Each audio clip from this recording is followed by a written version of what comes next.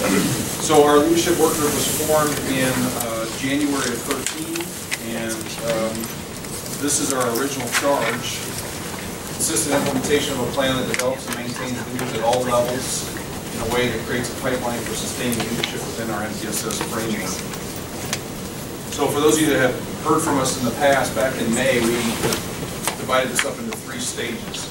Leader Academy, Assistant Principal, and Principal Induction Program. 3 stages. It's kind of wordy, so one of the things that we have discussed is simplifying it, just in general leadership development, and even converting it to just stage 1, stage 2, stage 3. Although we are still calling them Future Leader Academy, Assistant Principal, Principal, and Principal Induction Program, just for simplicity's sake, stage 1, stage 2, and stage 3. So what we're going to do is we're going to walk through what we've done at each stage, starting with stage 1. Formally called the Future Leader Academy. It's about recognizing potential leaders, about recognizing future leaders.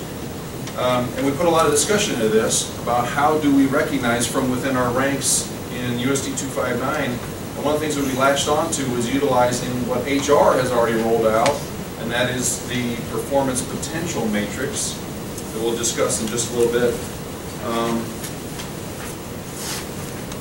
Also then, we put together a So You Want to Be an Administrator event. We've actually already done that. We're going to talk more about that in just a little bit. But we were extremely excited about that and the results. Mr. Flip. All right, thank you. As Mr. Holdeman said, we already have a Performance Potential Matrix that was developed and that Shannon, Crystal, and HR have put out. So what we asked to do on February 5th, Shannon, Benoit, and Hofer-Holdeman talked to the principals at the Principals Academy and asked them to identify possible future leaders in their buildings, utilizing 7, 8, and 9 as our area that we're going to try to focus on. This is where we would like to build our in-house administrative pipeline as we're trying to grow our own administrators in the district. We also realized that it was important to reach out to those teachers who may have a degree already or who may be interested in pursuing a degree, which is why we opened up the event, not only for building administrators to kind of reach out to some of those leaders, those high-flyer leaders they see in their building, but we also opened it up to all teachers so that we could see who was out there. Some of the things we did during this session was we started right here where we had an administrative team that came in, and it was basically our administrators that serve on our leadership team, and they actually served on a panel, and we had several different questions set up on the panel, 5 different questions, and we walked them through it. And it was things like, tell us about how much time you put into your position, what it's like to cross over and be an administrator and not be working as a teacher any longer, why did you become an administrator. So getting some of that philosophy out there so that they could actually hear from real administrators what it's really like in the trenches. It was interesting because I had one person at the end come up and say, wow, after listening to this panel, I just love how the panel was so transparent, and I've decided administration is not for me. I mean, once they realized how much time it was and how much they had to put into being an administrator and how you had to be on that fast pace of here's teachers and parents and students and the constant pace that you take in a building. So it was good to help filter some of those out that said, oh man, I just don't know if this is for me. But then we had some that were like, wow, this is so for me, I want to do it. So they went into a session that Eric and Patty actually led for us. And it was a breakout session on tips on how to build your resume, how do you apply, why it's important to have your current references, and then tips on how to interview.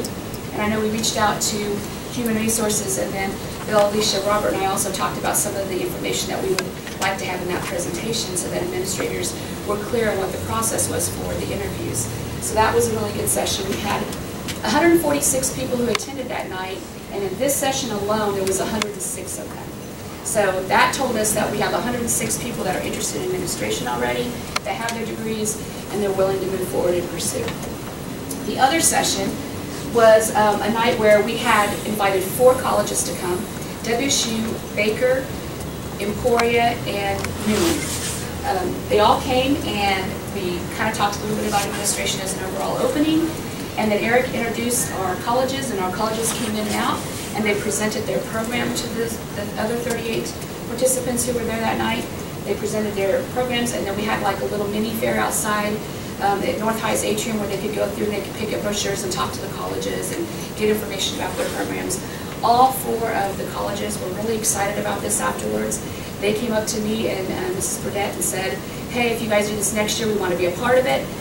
Thank you for letting us present. They brought goodies for all their participants and stuff, like little pens and pencils, you know, she brought bags. So, I mean, it was just exciting for them to get information, and they actually stayed quite a while talking to several people about pursuing their degree. So it was a great night. As you can see, we had a great turnout. Here's a picture of the panel that Robert and I led, and the panel did outstanding, so I can't give them enough kudos, but they really did a great job. On our panel, we had Ebony and Hannah from elementary, and then we had Linda, Mrs. Brown, Angie, and Vicki served as our middle schools, and then we had Chad and Gil who served as our high school. So it was just a great panel. I think everybody did a great job that night. So the work from this,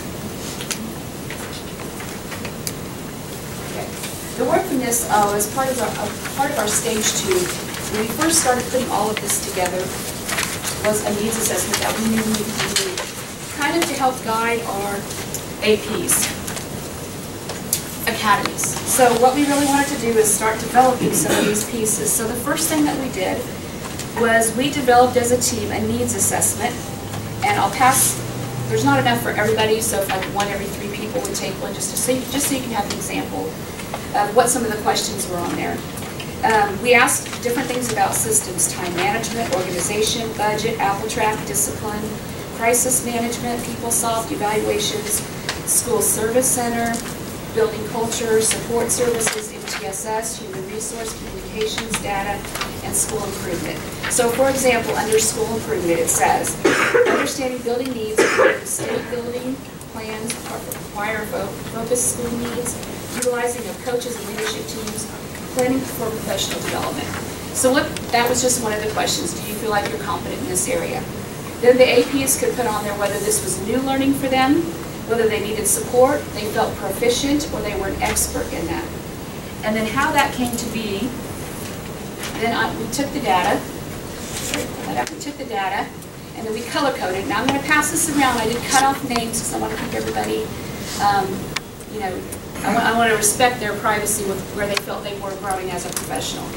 So we took the sheets, we color-coded them. So if it's red, it means they need support.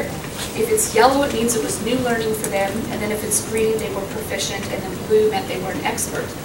So then what I did was, for the APs that said they were an expert in a certain area, I then took that checklist that you have copies of and I plugged in their names so that I knew who was an expert in that area. And then throughout the AP academies, I've called on them in some of these areas to actually do some of the presenting. Robert and I have been working together with this, and so Robert has done the same thing for secondary. He gave the needs assessment. He's using some of those people as well throughout his AP academies to do presenting of book studies, presenting of different areas, and that way we can build on what we knew that they needed. So we use their data to drive our AP academies. Not only do we use it with APs, we also used it with first-year principals, and this year elementary was the one that had first-year principals, so we had 6 first-year principals, so I'll pass this around so you can kind of see where they were. But so anything that's yellow and red, just know that we have brought into their first-year principal academies, okay? And then Alicia's like, oh my gosh, I love it. So she's like, can we do this with principals? So we did with the elementary principals. And so this has helped us kind of see.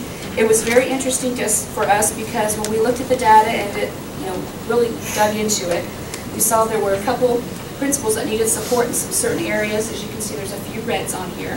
And so Alicia has worked with them and privately just to kind of get everybody up to par and stuff. And so we've also worked this into some of our academies.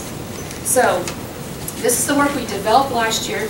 We wanted you guys to see it is fully implemented this year, and we have fully implemented it into all 3 areas. So you'll just kind of see a brief notice of this. The other piece that we've really pulled into our AP Academy, and Robert and I both did this, was the AP checklist. And we have some of those to pass around too. Again, we didn't bring a copy for everybody, so if you guys would take take one every so often.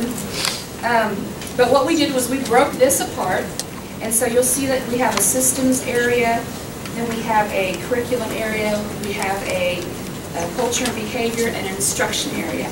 So the 4 areas that we work with principals in with the leadership roles, we broke that apart. So as you start to look at the checklist that comes around, you can see that we have, like, under security, expectations for staff, alarm codes, system panels for troubles, hall pass, keyless entry, camera system, sign-in sheet, how to address additional security, etc. So each header has a breakdown of something of the systems that are in that particular area.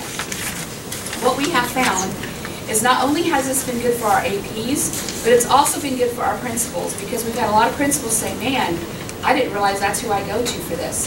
So on the columns, you'll see what we have is we have where we are asking APs to record where they were either trained, experienced it, or exposed it. It's not something we're using to thumb down on them, but we are going to ask them to bring it back in the April and May one and go through it with us on where they found, where they had the experience. We're going to have them work with their mentors.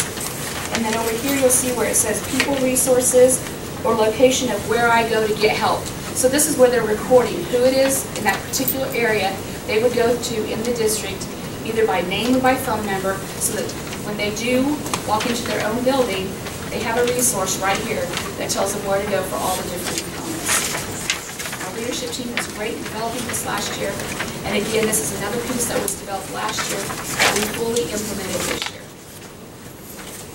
So with that, we have 2 APs who've been using the checklist, and we're going to have them come up and kind of give us their fill on the checklist and what they think has worked good. Or well, I will tell you, this has been phenomenal for me as an AP.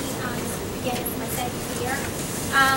But a huge thing I think that's important about this, it really helps me to become an operational leader, because I think that's important. When we talk about an operational leader, and it's important for us to know what's going on in the classrooms, but how to run a building is very important. So this checklist really helps us a great deal.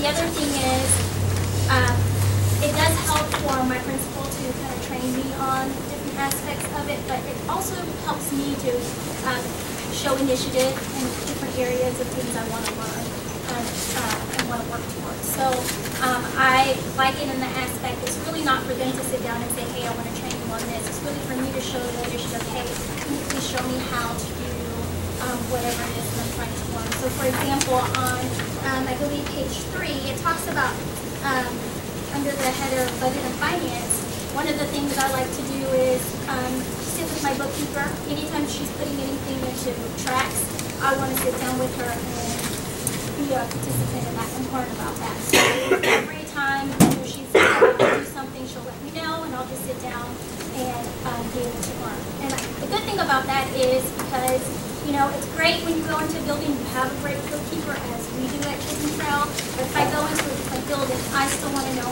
myself how to do budget.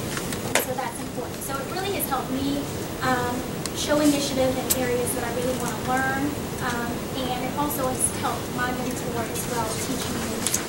So it's been very beneficial as a new AP coming out of the classroom, trying to learn all the different aspects. I think the main thing is when I go into a different building, I want to still be able to know how to run the building as an operational. And I agree with that. One thing it's really allowed us to do is be proactive.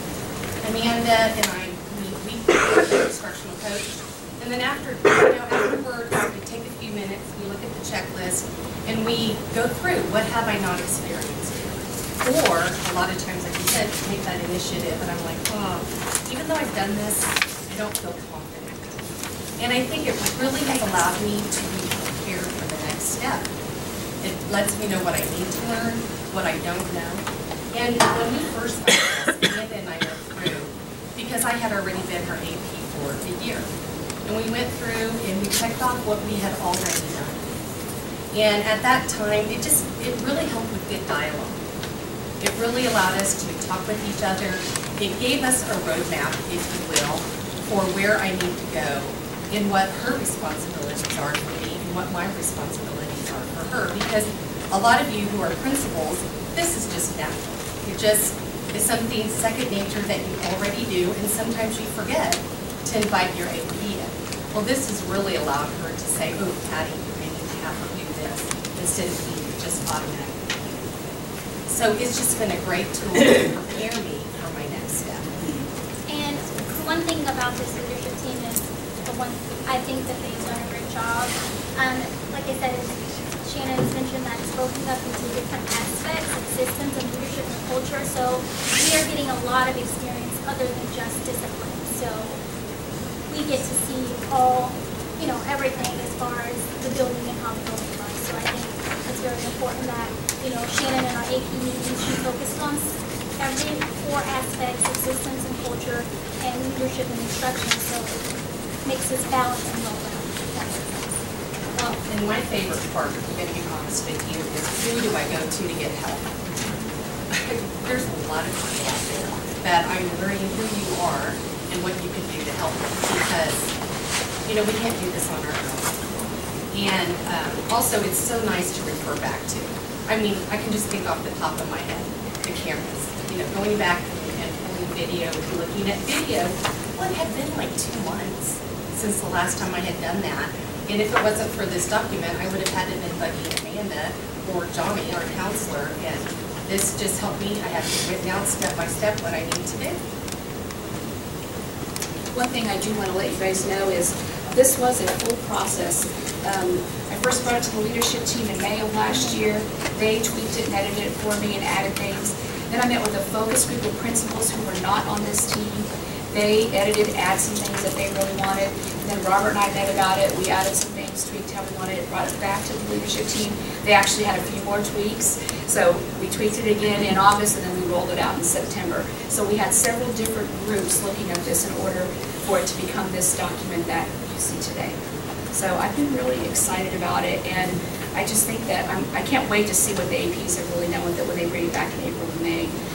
One thing they're going to do at my meeting is do like a scavenger hunt, where they're going to, you guys are going to hear that, they're going to actually work together, and they're going to go, if they have a blank spot, they're going to go to someone who doesn't have that as a blank spot, and they're going to fill it in, so hopefully by the end of the year they have this completed. So.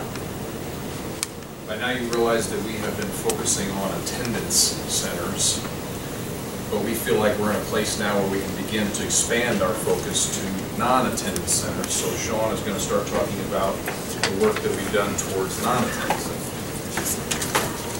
Good afternoon, everybody. I'm feeling a song coming on. So the theme for including non-attendance centers is a little chant. So I'll sing the first part and you'll sing it back. Together, together, together, everyone. Try it. Together, together, together, everyone. Together, together. Come on, let's have some fun. Your turn. Together, together. Come on, let's have some fun. And our non-attendance center personnel on our committee certainly did have a lot of fun and enjoyment in including alignment from the principal's checklist that Shannon mentioned for district-wide. So we want to go ahead. Thank you. And your singing was very well on that. We did present to our team and look forward to sharing follow-up with you all today on our non-attendance center checklist. As we mentioned in intros, my other partners that represent non-attendance centers, Julie and Becky, we had a chance to meet earlier this year, on December 2nd, and we took this fabulous sheet that has just been discussed and looked at the four area systems, culture, behavior, instruction, leadership, and took this sheet and adapted it to our non-attendance center responsibility, duties, and checklists. And basically, as I mentioned, showing how we can align our work and support systems for leaders across the district, regardless of which building they're housed in. So, again, looking at the checklist, I'll just kind of go through the process of what our trio looked at. But of course, the product may look different for every non-attendance center department. So we took just the basic checklist, and overall, just some student themes, lockers, perhaps labs that are building-based, lunch schedules. We deleted those and then also personalized. We're so grateful that we had AMAC and School Service Center, so So Julie was able to give our school service center perspective. And then also, I think the key bullet down in the spreadsheet is that supervisors can add and delete and customize this checklist for their environment. And I think the professional development, here's just another way we looked at it too, that even using budgeting as an example, that there may be more AMAC responsibilities and duties on this building-wide, but again, it could look different. And the people resources, whether that be one-on-one in a supervisor employee role, or perhaps maybe floor-wide, as a lot of our departments here are distributed by floor, or even as some of us are involved even on Monday mornings, you know, leaders could come together and provide this professional development as a group as well. So it could look, it could be custom made for non-attendance center departments.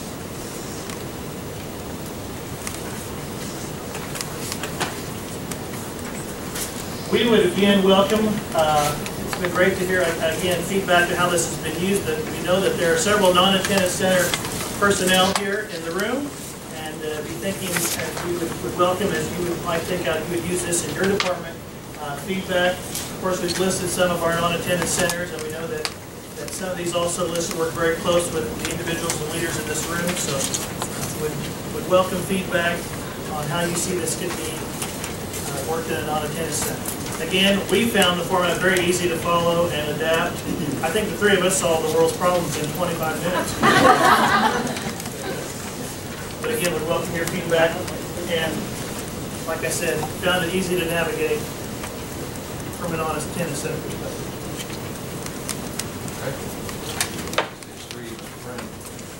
Our final stage for your terminally diagnosed as a leader is our critical induction program. And what we're going to do is put that focus of the needs assessment of what do we need to get done, the nuts and bolts, the things that are involved in running a building, using that needs assessment to guide that first year new principal academy. And so what is it that we need to know when you step into that principal's chair that you may not have had the opportunity to do as an assistant principal in a building, or if you've been at the high school and you've moved to middle school or vice versa, what are some things that you may not have had the opportunity to be exposed to, so you get that training as soon as possible, because when you're thrown into that chair, it's pretty quick. We wanted to use the coaching tool, and the coaching tool I think is coming around.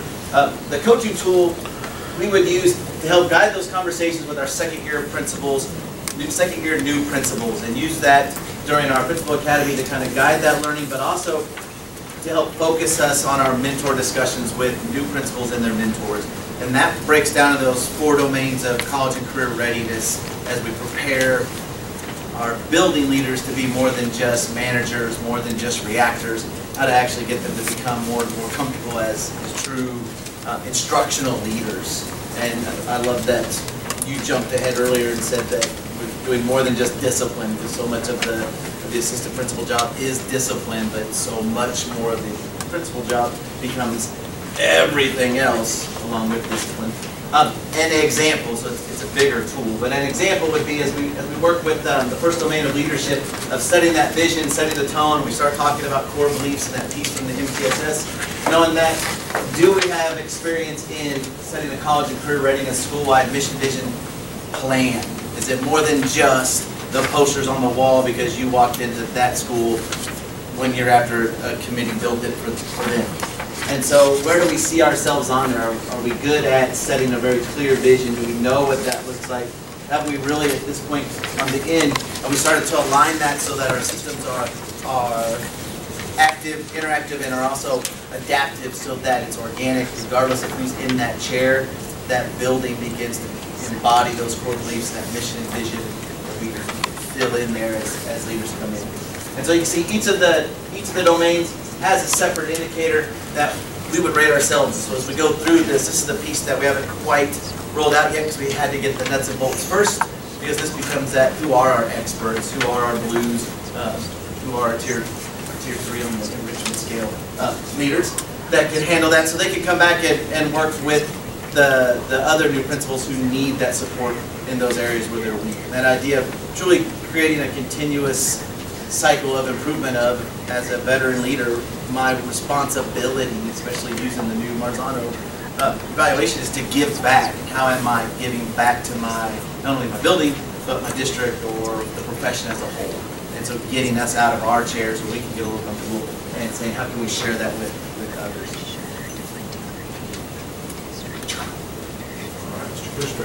All right, to kind of sum everything up for today, or today's takeaways.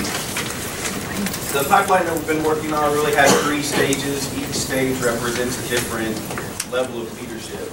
So stage 1 is focusing on recruiting and identifying new talent.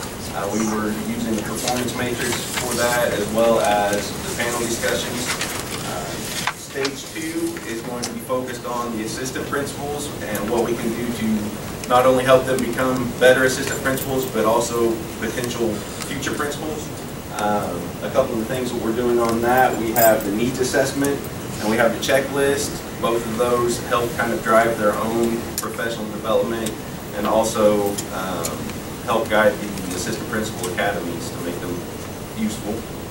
And then stage 3, similar to stage 2, only it's focused on principals instead of APs. So what can we do to help develop new principals first and second year, and what can we do to help them potentially move on to the district level if they would like to. As follow-up to this, what we will be doing is collecting feedback on both the checklists and the coaching tools from the APs and the first and second year principals, and that will be in April. I'll sit back here. Yeah, that's it. Okay, that is our presentation. Are there comments or questions that we might attempt to answer?